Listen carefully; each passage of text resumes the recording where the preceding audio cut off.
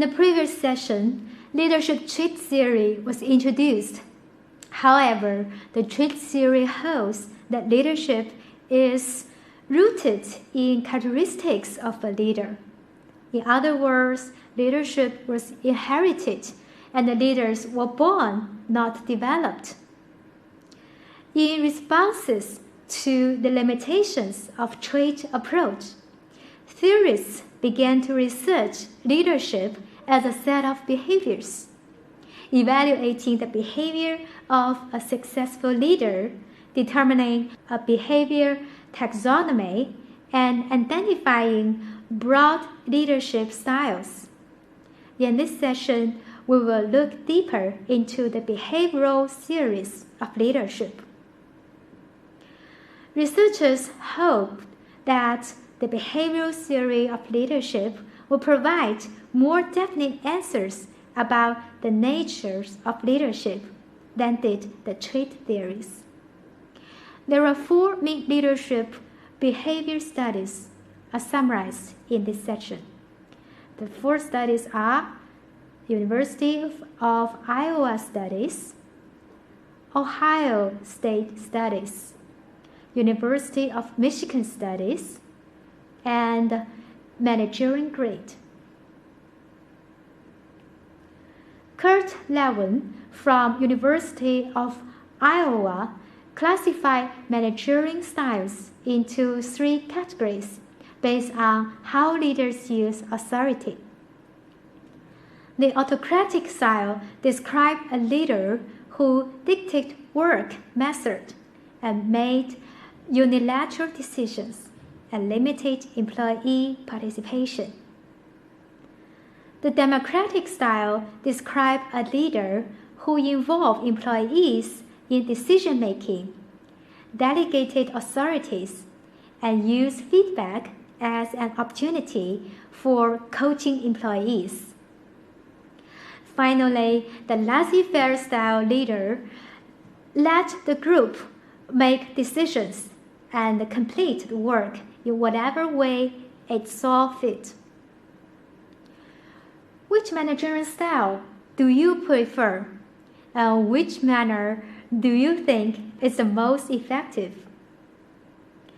The researchers' results seemed to indicate that democratic style contributed to both quantity and quality of work.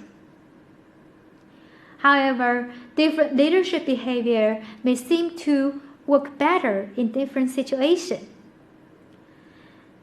The authoritarian leadership style, for example, is approved in periods of crisis, but fails to win the heart and minds of followers in day-to-day management. The democratic leadership style is more adequate in situations that require consensus building. Finally, the laissez-faire leadership style is appreciated for the degree of freedom it provides. But as leaders do not take charge, they can be perceived as a failure in solving organizational problems.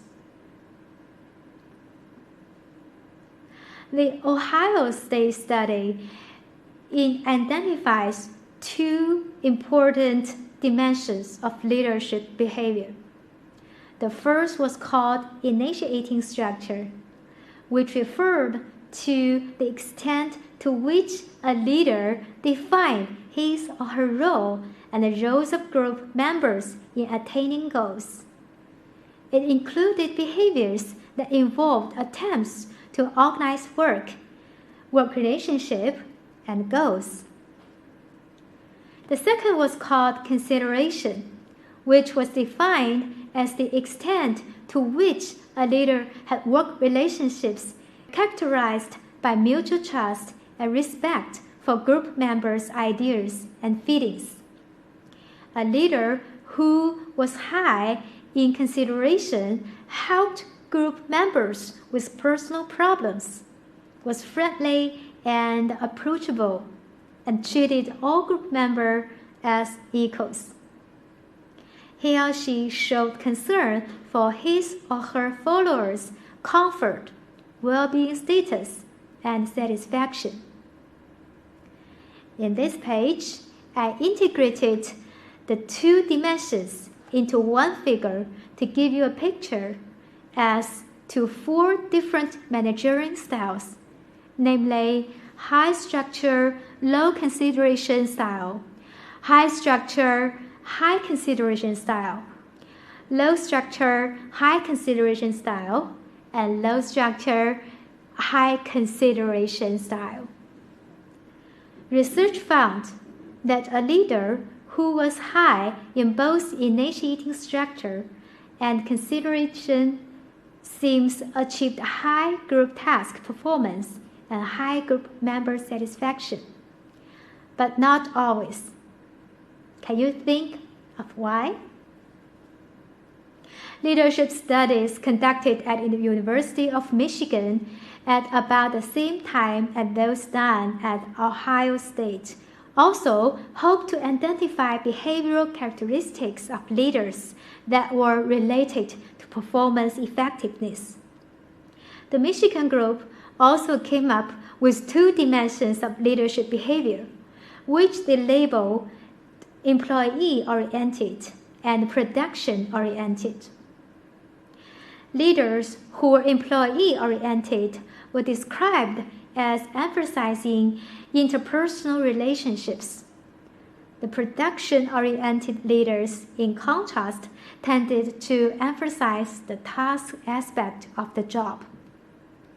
Unlike other studies, the Michigan researchers concluded that leaders who were employee-oriented were able to get high group productivity and high group member satisfaction.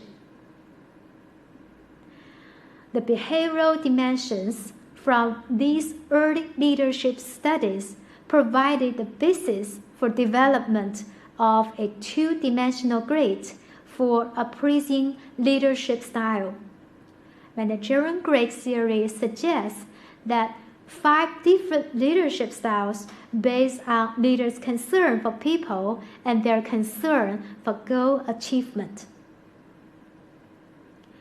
As can be seen in this figure, the vertical part of the grade stands for concern for people, and the horizontal part of the grade represents concern for production.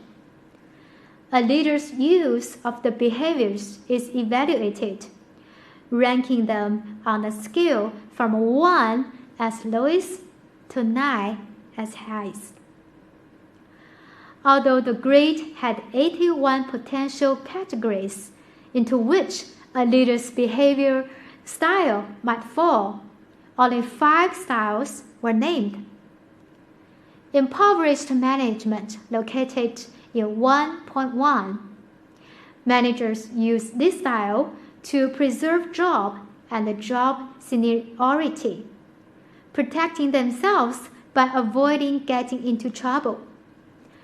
The main concern for the manager is not to be held responsible for any mistakes, which result in less innovative decisions.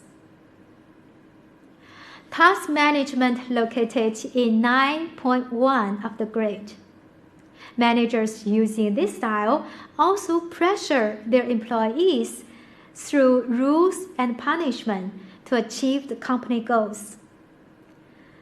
The dictatorial style is based on Theory X of Douglas McGregor and is commonly applied by communists on the edge of real or perceived failure.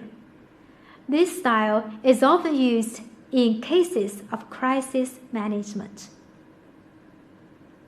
Country club management located in 1.9 of the grade. Managers using this style pay much attention to security and comfort of the employees in hopes that this will increase performance. The resulting atmosphere is usually friendly, but not necessarily very productive. Team management located in 9.9 of the grade. Managers choosing to use this style encourage teamwork and commitment among employees. This method relies heavily on making employees feel themselves to be constructive part of the company. Middle-of-the-road management located in 5.5 of the grade. Managers using this style try to balance between company goals and workers' needs. By giving some concern to both people and production, managers who use this style hope to achieve suitable performance, but doing so gives away a bit of each concern so that neither production nor people's needs are met. To summarize our managerial grade, this model identified 5 different leadership styles based on concern for people and concern for production dimensions. Low concern for production and low concern for people style of management is categorized as impoverished management. High concern for production and low concern for people style of management is categorized as task management. Medium concern for production and the medium concern for people style of management is middle-of-the-road management. Low concern for production and high concern for people style of management is called country club management.